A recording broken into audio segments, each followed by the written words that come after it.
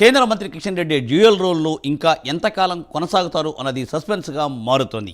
Telangana BJP అధ్యక్షుడిగా కేంద్ర మంత్రిగా బాధ్యతలు నిర్వర్తిస్తున్న కిషన్ రెడ్డి డ్యూయల్ రోల్తో ఇబ్బంది పడుతున్నట్లుగా సమాచారం. ఇప్పటికే సంస్థాగత ఎన్నికలు పూర్తయినా ఇంకా టీబీజేపీ అధ్యక్షుడి ఎంపికపై స్పష్టత రాకపోవడంతో అధిష్టానం నాన్సుడు ధోరణిపై విమర్శలు వ్యక్తమవుతున్నాయి. దీనిపై ఎక్స్క్లూజివ్ ఫీల్డ్ రిపోర్ట్ నాగేంద్ర అందిస్తారు. Nagendra. Thank you Murthy. Telangana BJP రాష్ట్ర అధ్యక్షుడు అదేవిధంగా కేంద్ర మంత్రిగా ఉన్నటువంటి కిషన్ రెడ్డి ప్రస్తుతం డ్యూయల్ రోల్తో సతమతం అవుతున్నారా అంటే అవుననే చెప్పాలి. ఎందుకంటే ఆయన బహిరంగంగానే మీడియా సమావేశాల్లో నేను అటు కేంద్ర మంత్రిగా ఇటు రాష్ట్ర బీజేపీ అధ్యక్షుడిగా కొంత ఇబ్బంది పడుతున్నాను, పూర్తి స్థాయిలో న్యాయం చేయలేకపోతున్నాను అనేటటువంటి అంశాన్ని కూడా ఆయన స్పష్టం చేసినటువంటి పరిస్థితి. ముఖ్యంగా ఏదైతే గత అసెంబ్లీ ఎన్నికలకు ముందు సహాయ మంత్రిగా ఉన్నటువంటి కిషన్ రెడ్డిని అప్పటి బీజేపీ రాష్ట్ర అధ్యక్షుడిగా ఉన్నటువంటి బండి సంజయ్ స్థానంలో బండి సంజయ్ని పక్కకు తప్పించి కిషన్ రెడ్డిని రాష్ట్ర అధ్యక్షుడిగా ప్రకటించినటువంటి పరిస్థితి ఉంది. అంటే 2023లో ఆయన రాష్ట్ర అధ్యక్షుడిగా పదవి బాధ్యతలు స్వీకరించారు. తర్వాత ఆయన అధ్యక్షుడిగా ఉన్నటువంటి సమయంలోనే అసెంబ్లీ ఎన్నికలు జరిగాయి. తర్వాత అసెంబ్లీ ఎన్నికల తర్వాత మరొకవైపు పార్లమెంటు ఎన్నికలు కూడా జరిగాయి. పార్లమెంటు ఎన్నికలు కూడా అయిపోయినాయి. ఇప్పటివరకు దాదాపు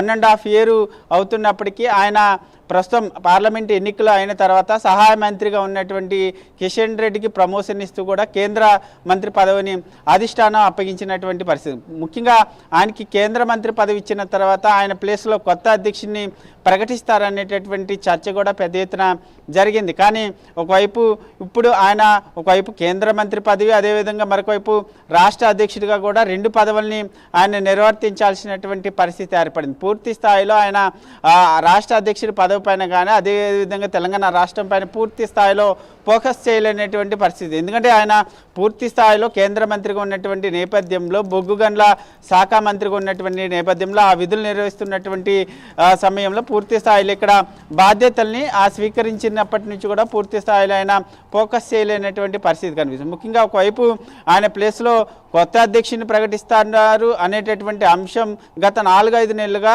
పెద్ద ఎత్తున చర్చ జరుగుతుంది. కానీ ఇప్పటివరకు కూడా అధ్యక్షుడిని ప్రకటించినటువంటి పరిస్థితి లేదు. ముఖ్యంగా ఒకవైపు దేశవ్యాప్తంగా బీజేపీ సంస్థాగత ఎన్నికలు జరుగుతున్నాయి. దానిలో భాగంగానే తెలంగాణ రాష్ట్రంలో కూడా సంస్థాగత ఎన్నికలు కూడా దాదాపు కంప్లీట్ అయ్యాయి. బూత్ స్థాయి నుంచి అదేవిధంగా జిల్లా స్థాయి వరకు కూడా కంప్లీట్ అయినటువంటి పరిస్థితి. బూత్ స్థాయి అధ్యక్షులు కానీ మండల స్థాయి అధ్యక్షులతో పాటు ఒకవైపు జిల్లాలకు సంబంధించినటువంటి అధ్యక్షులను కూడా ప్రకటించారు.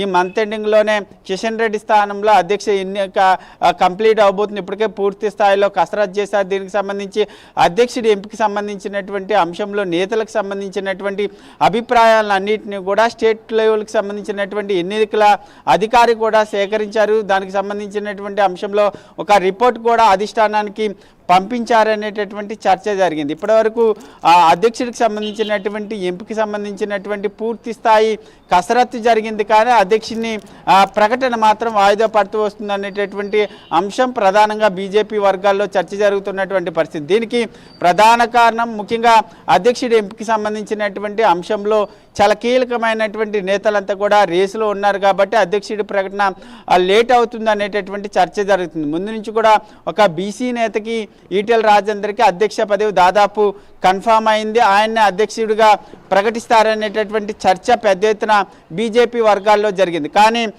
ఈటెల రాజేందర్ని రాష్ట్ర అధ్యక్షుడిగా చేయడాన్ని కొంతమంది నేతలు తీవ్రంగా వ్యతిరేకించారనేటటువంటి చర్చ జరిగింది. అందుకే ఈ అధ్యక్షుడి ఎంపిక లేట్ అవుతుంది అనేటటువంటి వార్తలు కూడా వినిపిస్తున్నాయి. దీనికి సంబంధించినటువంటి అంశంలో ప్రధానంగా అధ్యక్షుడి రేసులో ఈటెల రాజేందర్తో పాటు ప్రధానంగా మరొకవైపు బీజేపీ ఉపాధ్యక్షురాలుగా ఉన్నటువంటి నేషనల్ ఉపాధ్యక్షురాలుగా ఉన్నటువంటి డీకే అరుణ కూడా ఈ రేసులో ఉన్నారు. ఆమెతో పాటు అదేవిధంగా అరవింద్ ధరంపూర్ కానీ డీకే మరొకవైపు రఘునందన్ రావుతో పాటు కొంతమంది కీలక నేతలు కూడా రేసులో ఉన్నప్పటికీ ప్రస్తుతం బీసీ బీసీ నేతకి ఇస్తారా, లేక మరొక వైపు మహిళా సాధికారత ముఖ్యంగా మహిళా కోటాలో డీకే అరుణకి ఇస్తారా అనేటటువంటి చర్చ జరుగుతుంది.